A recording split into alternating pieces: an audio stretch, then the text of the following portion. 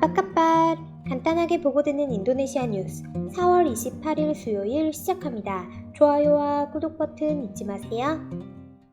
4월 27일 기준 인도네시아 코로나19 현황입니다. 신규 확진자 수는 전날에 비해 4,656명이 추가된 165만 1,794명, 사망자 수는 169명 추가된 44,939명, 회복자 수는 4,884명 추가된 150만 6,599명입니다. 지역별로는 서부 자바에서 가장 많은 신규 확진자가 발생하였습니다. 오늘의 환율 소식입니다. 베체아은행 오늘 오전 9시 기준 US 달러 살 때 14,502 루피아, 살 때 14,522 루피아입니다. 루피아 대 하나 정보입니다. 하나은행 오늘 오전 10시 기준 매매 기준율 100 루피아에 7.70원으로 측정되었습니다. 오늘의 첫 번째 소식입니다. 자카르타주 정부는 사무실과 업소 직원의 대다수가 코로나19 예방접종을 받았음에도 불구하고 집단 감염이 증가했다고 밝혔습니다. 4월 첫 주 5일에서 11일에는 78개 회사에서 157명이 발생했고, 이어서 두 번째 주 12일에서 18일에는 177개 회사에서 429명이 발생했습니다. 자카르타주 정부는 공식 인스타그램 계정에서 사무실과 업소에서 코로나19 확진 사례 대부분은 코로나19 예방접종을 받은 곳에서 발생했다고 밝혔습니다. 이에 자카르타주 정부는 예방접종을 실시했다고 해서 코로나19 감염으로부터 100% 보호받을 수 있다는 의미는 아니다라면서 사무실 직원들이 코로나19 백신을 주사했기 때문에 건강 프로토콜에 대한 의무감이 떨어질 가능성이 있다고 말했습니다. 전문가들은 자카르타 회사와 업소에서 집단 감염 증가에 대해서 아마도 백신 접종을 맞으면 백신이 마치 면역인 것처럼 오해하기 때문일 것이라고 말했습니다. 또 다른 원인은 감염이 너무 늦게까지 확산되고 있어 지루하게 느끼고 있기 때문이다. 이제 사람들이 손을 먼저 씻고 사무실에 들어가는 경우도 드물다면서 사무실의 미진한 건강 프로그램 모니터링도 전파 증가의 요인이라고 전했습니다. 이에 주 정부 단속반은 각 사무실의 최대 근무 인원 50% 준수와 사내 거리 두기, 마스크 착용, 입구에서 손 씻기 이행을 확인하고 이를 위반 시 행정 조치할 것이라고 밝혔습니다. 또한 레스토랑과 업소에 대한 영업시간 완화로 수용인원 규칙을 준수하지 않는 레스토랑과 업소가 늘고 있다며 건강 프로토콜을 위반하는 업소에 확고한 조치를 취할 것이라고 강조했습니다. 다음 소식입니다. 파푸아 정보국 수장인 이 구스티푸투 다니카리아 누구하라 준장이 지난 25일 파푸아 고지대의 치안 상태 점검을 위해 순찰하던 중 반군과의 총격이 벌어져 피격, 사망했습니다. 파푸아 푼짝군 베오가 지역 담뱃마을에서 벌어진 사건입니다. 국가정보국의 대변인 와한 뿌루안토는 까리아 누구하라 준장이 최근 분리주의자들과 테러리스트 그룹으로부터 일련의 공격이 있었던 것과 관련해 지역 주민들의 사기를 제고하고 무너진 치안을 재건하려는 작전의 일환으로 해당 지역을 순찰 중이었다고 전했습니다. 지난 4월 초 이후 베오가 지역에서만 반군들이 시민들에게 총격을 가하는 사건이 4번 이상 벌어졌습니다. 치안 당국은 최근 반군 집단이 군인과 교사들을 살해하고 학교 여러 동과 헬리콥터 한 대를 불태운 사건이 있은 후 훈짝 지역 깊은 내지까지 군사활동 수위를 끌어올리던 중이었습니다. 인도네시아 군 당국은 4월 26일 이를 공식 확인했고, 조코위도도 대통령은 지난 월요일 파푸아 극동 지역 반군 그룹 조직원들을 끝까지 추격해 체포하라며 군경의 분리주의자들 섬멸을 명령했습니다. 한편 파푸아 반군인 파푸아 국가군 파푸아 해방기구의 대변인 세비 삼보는 이번 공격이 자신들의 소행이며 자신들에겐 인명피해가 없었다고 발표했습니다.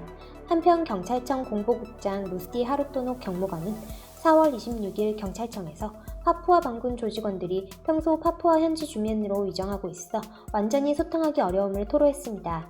더욱이 총격전이 발생하는 곳은 대개 무장단체들이 주도권을 가진 지역이어서 경찰 병력을 배치하기 힘들고 추격전을 벌여도 끝내 빠져나가 버린다는 것이었습니다.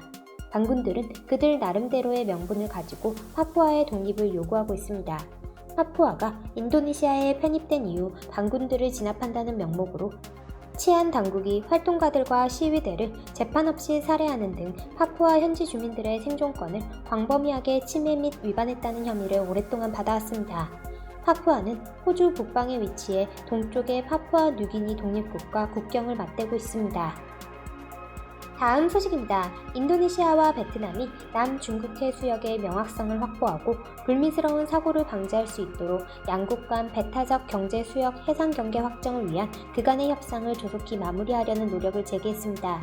지난 주말 세계의 이목이 집중된 아세안 정상들의 미얀마 문제 협의보다 하루 앞서 조코 위도도 대통령은 베트남 판민친 총리를 서부 자바 소재 보구르 대통령궁으로 초대했습니다. 베트남 총리는 이달 초에 막 취임한 상태여서 이날은 양국 정상이 처음 만나는 자리였습니다. 레트노 마르수디 외무부 장관은 지난 11년 동안 끌어온 배타적 경제수역 협상에 속도를 내는 것의 중요성을 조코 위도도 대통령이 강조했다라고 전했습니다. 배타적 경제수역을 보유한 국가는 해당 수역의 모든 자원을 사용하고 관리할 배타적인 권리를 갖습니다. 하지만 인도네시아와 베트남은 나투나의 북방 해역에 배타적 경제수역이 겹치는 부분이 있습니다. 이 문제가 그간 두 나라 사이의 갈등의 원인이 되어 양국은 해상 충돌을 방지하기 위해 잠정 조치를 협의하기로 합의한 바 있습니다. 베트남과의 배타적 경제수역 경계선 확정 문제는 현재 인도네시아가 가진 몇 개의 국경 문제 중 하나로, 이에 앞서 양국은 30년간의 협상 끝에 2003년 마침내 대륙분 경계에 대한 합의에 도달한 바 있습니다. 인도네시아는 남중국해에서 말레이시아, 베트남, 브루나이, 필리핀 등 이해가 얽힌 인접국들과 다소간의 영토 분쟁을 겪고 있습니다. 심지어 중국도 자국 해안으로부터 엄청나게 거리가 떨어진 남중국해의 풍부한 자원을 노리고 막무가내로 영유권을 주장하고 있습니다.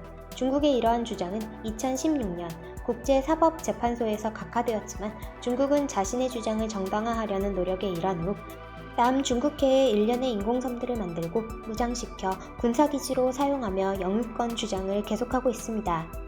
이번 회합에서 조코이 대통령과 판민친 총리는 남중국해에서의 행동방침 선언 이행을 포함한 남중국해 사안에 대해 아세안의 공통된 입장 견지에 합의했습니다.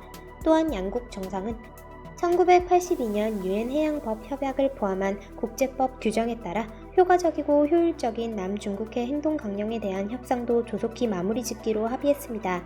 두 사람은 이외에도 무역, 투자, 보건협조 부문에 대해서도 의견을 나누었습니다. 다음 소식입니다.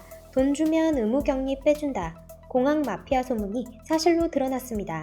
인도네시아 공항에 도착하는 국제선 승객은 의무적으로 격리를 해야 하지만 뒷돈을 주고 승객을 빼내던 일당이 체포됐습니다. 지난 4월 24일 수카르노하타 공항에 도착하는 인도발 승객에게 650만 루피아를 받고 통과시켜준 일당이 적발됐습니다. 인도에서 귀국한 인도네시아 국적 J씨와 인도인 2명은 절차 없이 수카르노하타 국제공항을 무사히 통과했습니다. 인도에서 입국한 인도네시아인 J씨는 서부 자와 반둥에 거주하고 있으며 650만 루피아를 주고 14일간의 의무격리 절차 없이 집으로 돌아갈 수 있었습니다. 이 사실은 인도에서 온 인도인과 인도네시아 국민에 대한 입국 절차를 강화하고 격리를 추적, 확인하는 가운데 밝혀졌습니다. 경찰 당국은 다른 배우 여부와 또 다른 승객 여부를 조사 중이다. 수사가 완료되면 상세한 사건을 공개하겠다. 중요한 것은 인도네시아에 입국하는 모든 해외 승객은 5일 동안 격리해야 한다. 특히 인도에서 온 승객은 14일 동안 격리해야 한다라고 설명했습니다. 보건당국은 코로나19 변종 바이러스가 전국에서 발견되고 인도발 입국자와 확진자가 급증하자 입국 절차를 강화하고 있어 입국 절차와 의무격리 프로토콜을 반드시 지켜야 한다라고 강조했습니다. 4월 28일 인도네시아 소식 여기서 마치겠습니다. 유익한 정보 되셨으면 좋아요와 구독 버튼 부탁드립니다. 드리마까시.